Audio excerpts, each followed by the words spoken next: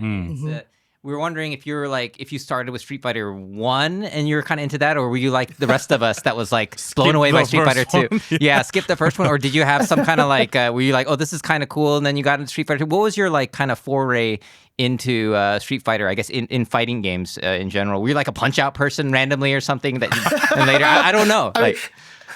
It's funny. Like, all I'm just thinking right now is like, I didn't start with Street Fighter 1. I'll tell you that much. So, but like, what year did Street Fighter 2 come out? It was like 91 or something 91, like that. Yeah, so, yeah, 91. So technically, I'm not true OG. I'm a 91er, right? Okay. The new term. We're gonna get into that later, but yeah, that's a very okay. So you're a 91er. Okay.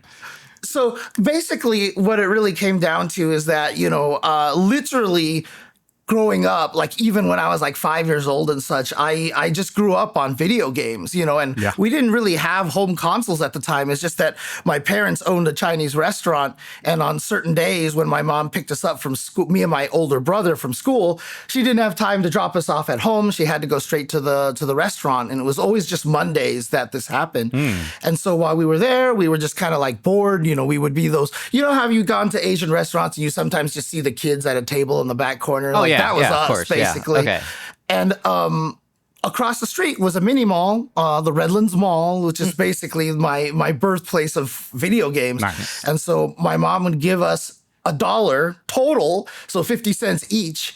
And we would just go across the street and go play video games over there.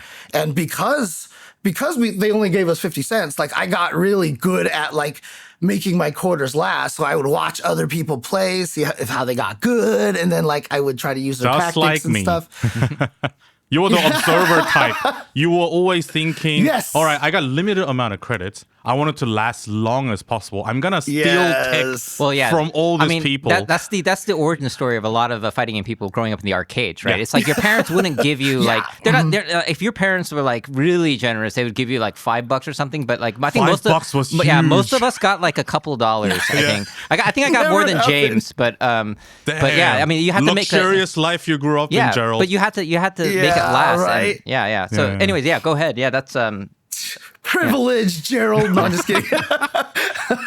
But no, I mean, that was the thing that really kind of started me down that path. I mean, I don't know if you guys have ever played the original Super Mario Brothers in the arcade. It's like so much harder than the Nintendo version. Arcade? A lot of the things that showed up in the lost levels. Yeah. Oh. So the arcade version of Super Mario Brothers, like in the lost level, when you played like the lost levels, like some of the stages that were like weird harder versions were actually in the arcade version of Super Mario Brothers, the original Super Mario Brothers. But like I was the guy who would like beat Dragon's Lair like in the arcade by getting to the very last stage without ever dying and then killing myself on purpose on the last hit to do the last stage over and again, to maximize my score. Right. When I beat Super Mario Brothers in the arcade, like literally with like 1 second left on my last life, I had a whole crowd like in the arcade, because keep in mind, I'm like this little kid. I'm like this like 9-10-year-old kid standing on a stool so I can reach like the joysticks,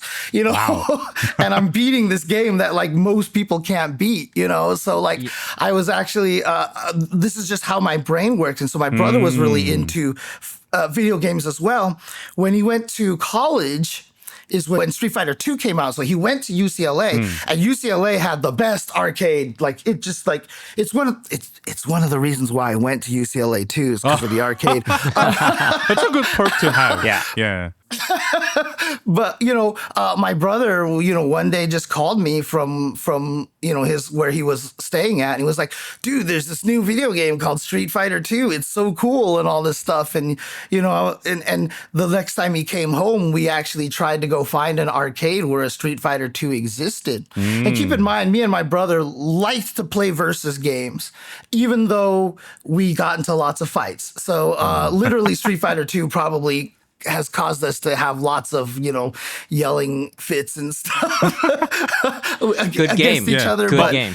Were you guys yelling for the right reasons? Were you guys like trying to beat each other, or sharing the wrong or right information of the game, or was it just more of an ego thing? We were scrubs, back then, and we would yell, "Oh, like, why are you turtling, man? Why don't you play for real? Stop, that kind of stuff, No throwing. Yeah, throws were the worst, throws right? are cheating. Yeah. Okay. Oh, throws. I mean, people don't realize that. Yeah, throws literally were. I mean, there were some arcade house rules where if you threw someone, no matter what, you had to let them throw you back. Yeah, I remember did hear that. it was frowned upon. No matter what, and if you didn't, people would take you out into the parking lot. They would actually throw you. They would actually throw you out of the arcade. Yeah. Yeah. Oh my God. Okay. It was crazy back then. But yeah, my brother introduced me to the game. And so I started playing, Street Fighter 2 basically from the get-go. But the interesting thing is that what a lot of people don't even realize, we started playing the game mostly as a one-player game. Yeah. We would just try to beat the computer. We would learn all the patterns, et cetera, et cetera. And then, eventually we started getting, I still remember the very first time me and my brother tried playing Versus. There was a strategy against the CPU Blanca with Guile that if you just jumped over him, he would whiff a button, you could throw him, and then you jump over him when he gets up, he would whiff a button, you'd throw him. And my brother did that to me, right? And I was just like, this is so cheap, you can't do anything about it. What are you supposed to do? And then we stopped playing against each other because, that much. It was a little contentious. Yeah. But, eventually, it started to become the true Versus game. And we had some really strong players in our arcade and stuff. And, the story that I've always told is that, we thought we were the best at our arcade, of course. And, everybody's, I'm sure, has heard at this point of, Tomo Ohira, right? Yes. So, he was the grand champion of that time. And back then, to spread the world's finest tournament, they drove around all of Southern California to find every arcade they could and pass out flyers. And they came to my arcade, and it was a Tomo and Tony, Tony Tsui, another one of the four greats. One of the four greats from the world's finest comics, and they came and they blew us up. They destroyed us, and tick throws were the most popular thing at the time. Yeah. So they would do jump heavy kick and walk up to us like they were about to throw, and then sweep. Yep. And so all of us would always stand up to try to counter throw them, and then we just get swept, right?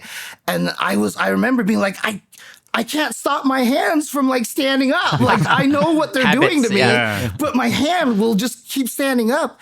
And they destroyed us. And I remember talking to them afterwards, and I was like, man, we suck. You guys are amazing. And they were like, you're actually some of the better people that we played. I see. Yeah, well, that's kind of Well, there's some respect. Now, this is kind of something I was interested in because back in those days, I played Street Fighter 2 in the arcades, and I enjoyed it